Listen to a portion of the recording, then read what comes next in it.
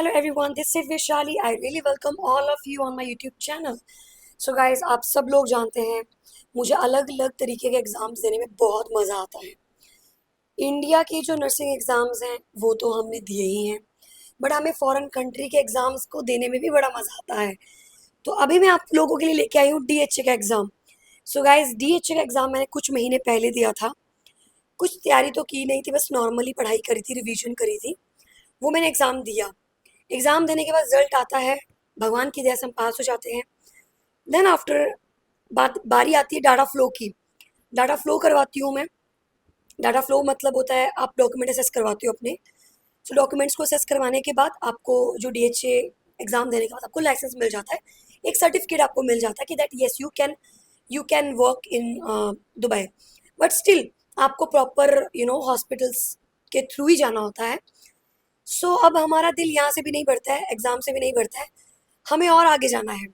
सो मैंने बहुत अलग अलग हॉस्पिटल्स में अप्लाई किया, लिंक्डइन से मैंने बहुत सारे हॉस्पिटल्स देखे दुबई के। जैसे कि मैं कार्डिक नर्स हूँ, तो मेरा बहुत दिल था कि मैं किसी कार्डिक हॉस्पिटल में ही इंटरव्यू दूँ। एंड यू वॉन्ट बिलीव, आप विश्वास नहीं करोगे जो मेरे साथ हुआ।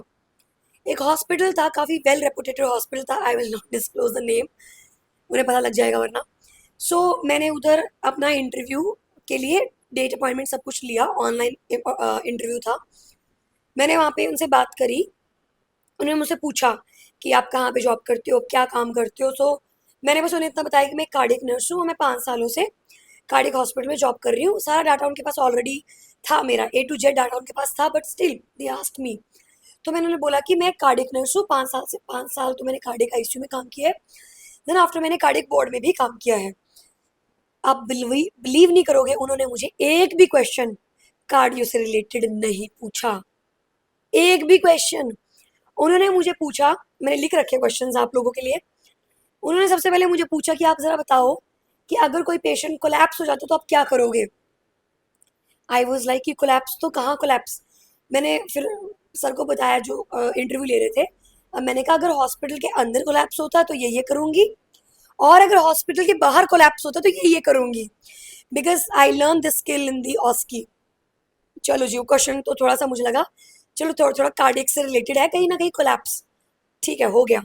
देन आफ्टर वो मुझे पूछते हैं कि पॉलिप्स की सर्जरी में, मतलब पॉलिप्स की सर्जरी, मैं कार्डियक नर्स हूँ, ठीक है, हमें पता होना चाहिए पॉलिप्स सर्जरी के बारे में भी, but still I am not OT nurse.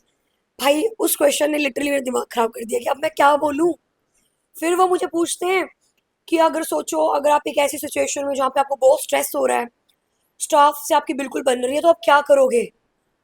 मैंने कहा भाई अगर एम्स में होते तो कुछ कर ही नहीं सकते, लेकिन अब यहाँ पे क्या आंसर दूँ। यू वॉन्ट बिलीव, मेरा दिमाग सच में खराब हो चुका था, मैं आंसर क्या दूँ इन्हें।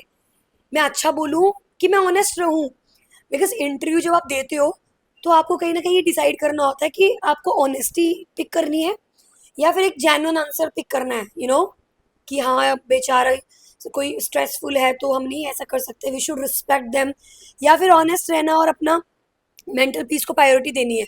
Literally guys, I was so much confused with the answer. Any how I managed.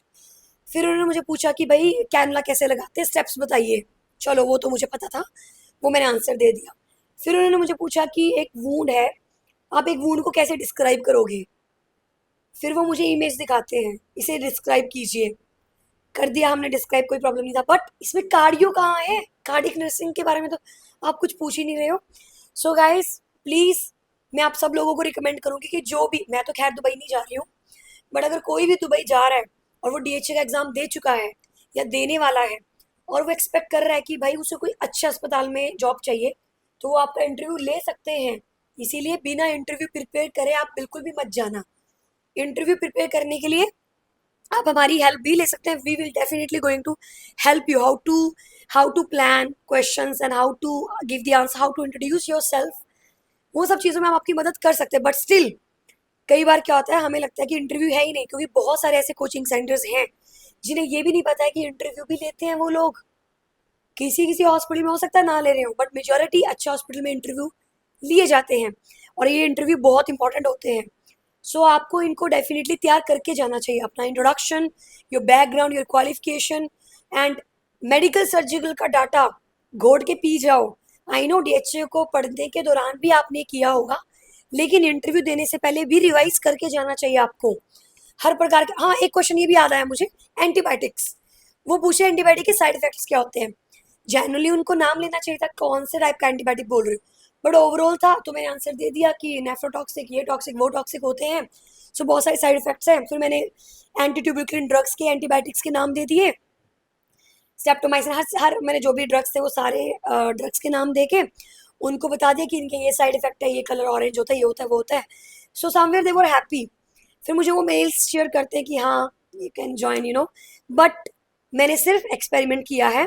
और ये एक्सपेरिमेंट, अगली कंट्री आप लिखो कमेंट में कि अगली कौन सी कंट्री पे एक्सपेरिमेंट करूं। बहुत टाइम लगता है गाइस, बहुत टाइम लगता है। लगभग मुझे 4 महीने लगे हैं और मेरा लगभग 1.5 से 2 लाख रुपया लगा है इस चीज़ को करने में।